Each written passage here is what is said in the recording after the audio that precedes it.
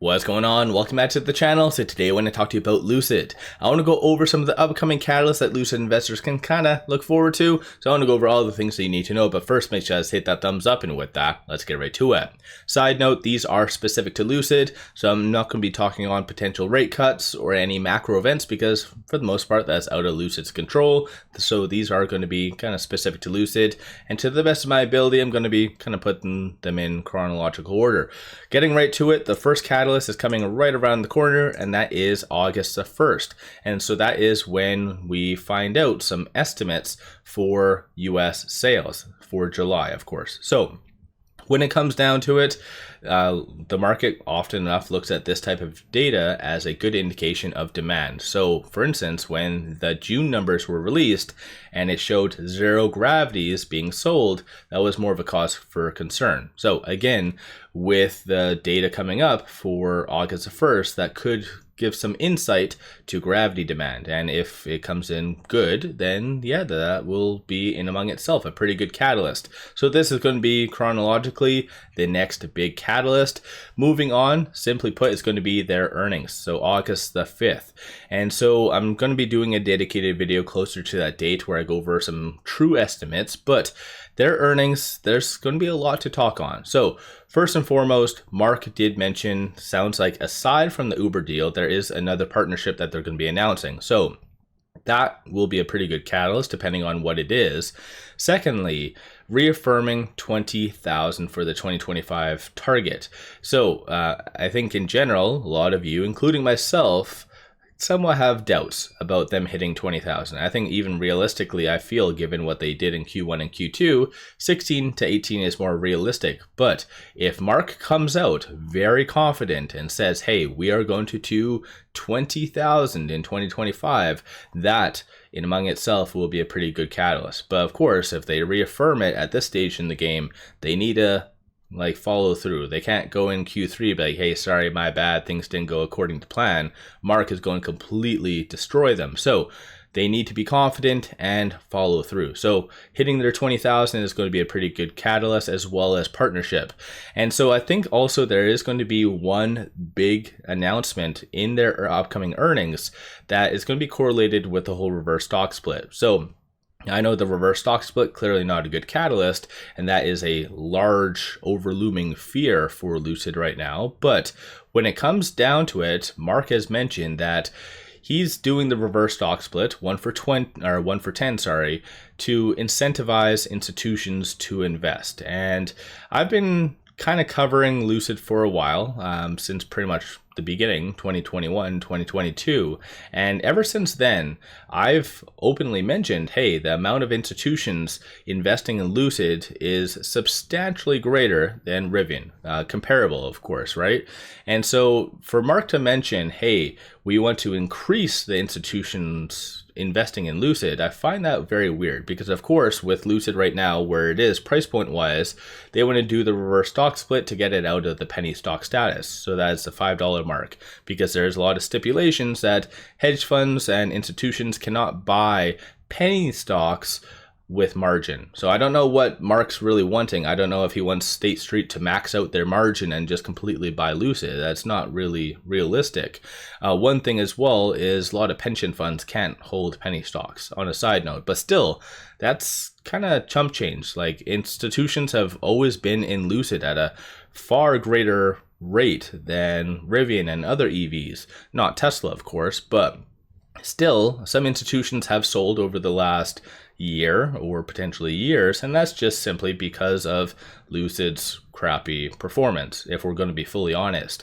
So by doing a reverse stock split and getting out of the penny stock status, that won't really change institutions' mentality and investing in Lucid because of that. They'd rather wait for operational updates.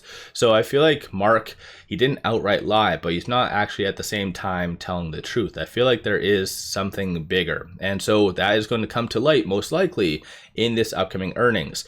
And I think it is going to be very, very big. And that is a new large investor. not just a kind of day trader. This is going to be an institution that will own more than 10%. So ultimately, there's a lot of big hedge funds that are starting to look at kind of the EV sector, because for the most part, it's been hit quite hard. One stood out to me, and that is SoftBank. They currently do not hold any Lucid, as far as I'm aware, from their last disclosures. But that is one institution that would care about the status of Lucid. So by them doing a 1-for-10 reverse stock split, getting out of the penny stock status, that might be to incentivize a large investor. Because of course, I think given Lucid's stock performance, yes, recently it's done fairly well, moving up because of Uber, but I'm sure in some ways the PIF is somewhat irritated by all of this. So of course, bringing in a second investor that wants to kind of piggyback and has maybe some other benefits that Lucid could kind of capitalize on, which SoftBank technically does. They have a lot of big technology, LiDAR, cruise as well. So they have a lot of good potentials. So I think their upcoming earnings, they might allude to, I don't know if they'll actually disclose it at that stage, but they might allude to another large partner coming in. So that again might come technically chronologically on their earnings, or it might be sometime in 2025 after they do the reverse stock split. That's when we'll kind of eventually find out. But nonetheless, that is, in my opinion, some of the big catalysts surrounding Lucid's earnings. So let me know your general thoughts on that. So of course, I think in order for that whole partnership and big investor to come in, they would need to do the reverse stock split. So that's going to be something as well just to be aware of. But the next big catalyst, in my opinion, that is coming in 2025 is going to be this.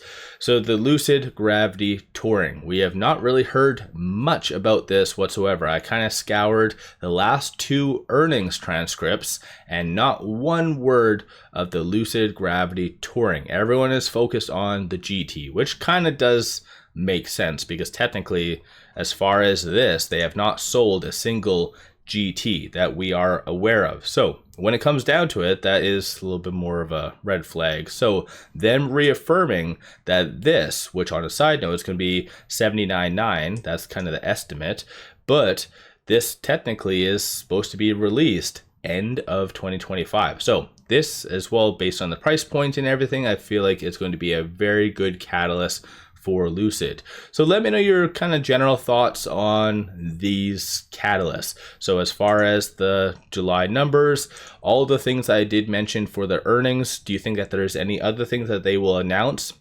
for the earnings that will be a good catalyst aside from them reaffirming 20,000 for their target, potential new partnerships and potential new institutions investing in it? But again, I think the institutional kind of announcement might come after they actually do the reverse stock split. And I know some people might say, hey, the reverse stock split might not actually happen because of blah, blah, blah.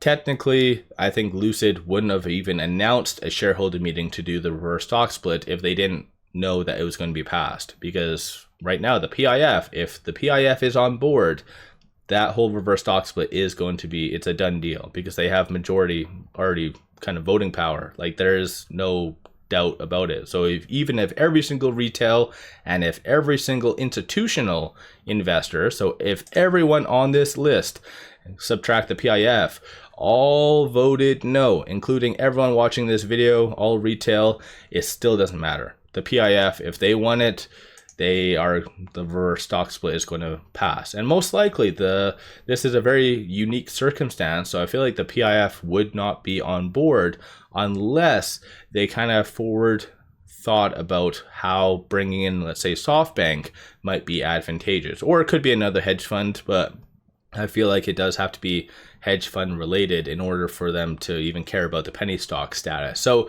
let me know your general thoughts on these catalysts. Is there any other ones that I potentially am missing? And if so, let me know in the comments below. Hopefully everyone's having a kick-ass weekend. One final thing, pop over to my Patreon if you're looking for some solid buy signals on stocks, options, crypto, many of which have been absolutely on point and bangers. Definitely worthwhile to pop over there and take a look. With all that said, appreciate all of you watching.